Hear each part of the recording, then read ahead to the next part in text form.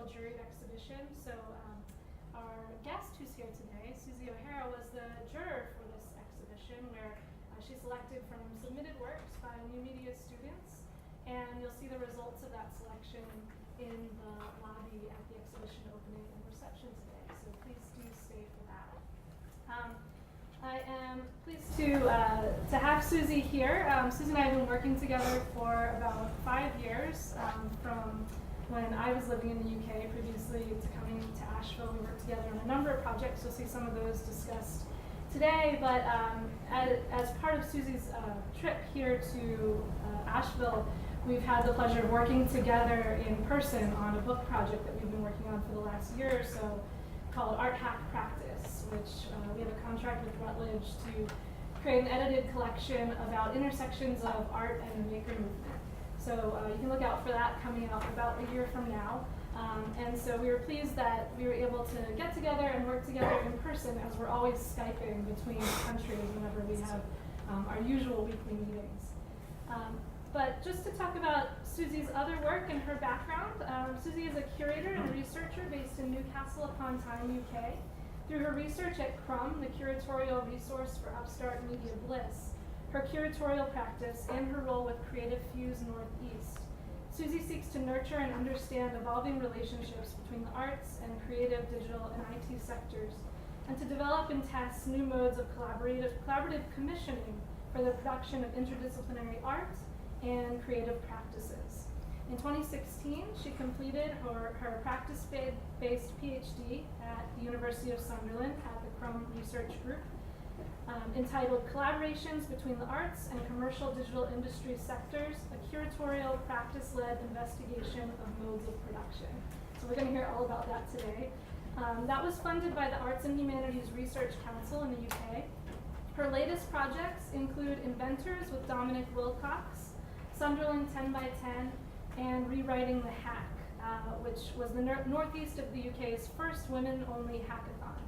Susie is also founder and curator of the Thinking Digital Arts program as part of the Thinking Digital Conference.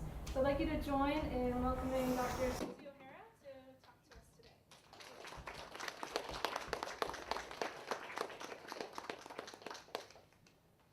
Thanks a million, and thanks so much for all coming today. It's an absolute honour and a pleasure to be in Asheville. I've never been here before. And I've thoroughly enjoyed my time in Black Mountain with Victoria on our book retreat and just checking out your city, and it's been so lovely to have such a warm welcome here. So first and foremost, thank you so much. So as Victoria said, my name is Susie O'Hara, and I'm currently a postdoctoral researcher for the Creative Fuse Northeast project. And I thought, and forgive me if I'm being, if I'm teaching you to suck eggs, but I thought it might be useful to show you where the Northeast is, essentially, for those who don't know where the geography of England and Ireland. So I'm originally from Ireland, as you may guess from my accent. It's hard to miss sometimes. So I'm from around Dublin. So Dublin's around here, and I went over to the Northeast of England about 15 years ago. After I did my degree in sculpture and art history, and I had no idea what I was going to be doing afterwards, in the way that many art students come out of university. And I really struck gold in the northeast of England. It's a really interesting location. It's got a long history of an industrial past. It was the epicenter of the world in terms of shipbuilding, in terms of coal mining, in terms of steelwork. And all of that fell to pot about maybe 50 years ago, and the region has really been struggling ever since to kind of find a new way to develop its industries and sustain those industries moving forward. Just a really quick view in terms of the Northeast region. So I'm based in Newcastle here, this is where I live, but Sunderland is just further along the coast here, and they're the two main cities that I'm going to be talking about in terms of the projects that I was working in. This is Durham, and then there's Middlesbrough and Teesside universities down here. And so Newcastle has two universities, Newcastle University and Northumbria University. The reason why I'm telling you that will become clear moving forward. Okay, so in terms of the creative industries, I thought it might be useful to give the UK government's definition of what they are, just in case you guys don't know what they are. And in 2015, there were 9 sectors that were identified. So advertising and marketing, architecture, craft design, film, the seeded sectors, so IT software and computer services, publishing, museums, galleries and libraries, and then music, performing arts and visual arts. And for me, what's really interesting about that mix is that it is a real mix. So you've got the more commercial industries, but then you've also got the cultural and arts industry. So very different sectors, very different infrastructures, very different fundings, very different values. But they're in under the umbrella of the creative industries, sometimes called the cultural and creative industries. And I, to be honest, like making that distinction. They're important. They're a growing industry. They're one of the fastest growing industries in the UK at the moment. They're leapfrogging any other industry. And in 2016, they were worth £92 billion to the economy.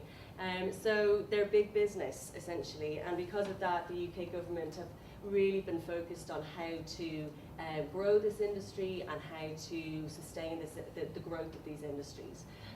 Which has led Karen Bradley in 2016 from the Department of Cultural, Media and Sport to tell us that Britain's creative industries play an essential role in shaping how we are seen around the world. But as these new statistics show, they're also a really vital part of our economy. And the sector is now one of the fastest growing industries and continues to outperform the wider UK economy. This is a testament to the talent and drive of its workforce, and we are working closely with them to make sure this fantastic success continues. So there's a real focus on the creative industries at the moment in the UK, which is good news for us. So how is this becoming, like what's the impact of all of this? So from my side of things, just in the last 5 years throughout my PhD, I've been observing the landscape that creative professionals are working in. So it's very much an innovation-led sector in terms of the creative economy, and it's very much about driving the development of new products, new services, and new experiences, underpinned by digital technologies. And because of all of this, it's very much, the labour market is quite fluid. So you've got artists and you've got creative technologists emerging into a space where they can engage with the arts infrastructures, so in terms of commissioning, in terms of arts funding, in terms of galleries and museums to showcase their work and festivals. But more and more you've got artists working with technological skills, working for brands, working for software companies, working for the more commercial creative industries as well.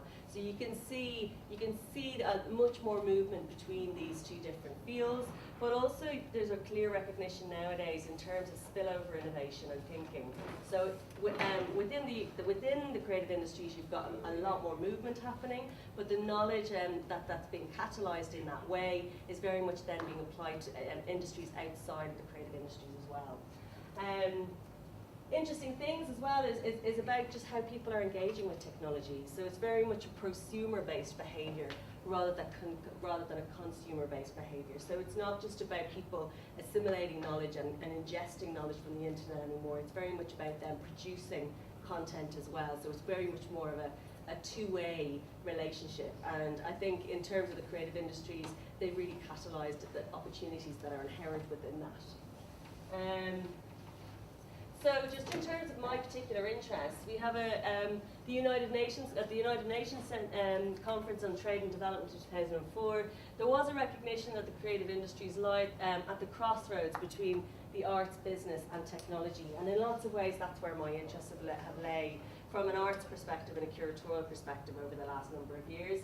And I guess the projects that I've been developing and delivering in that time have been very much about exploring what that means, essentially, and the kinds of practices that are emerging in that space.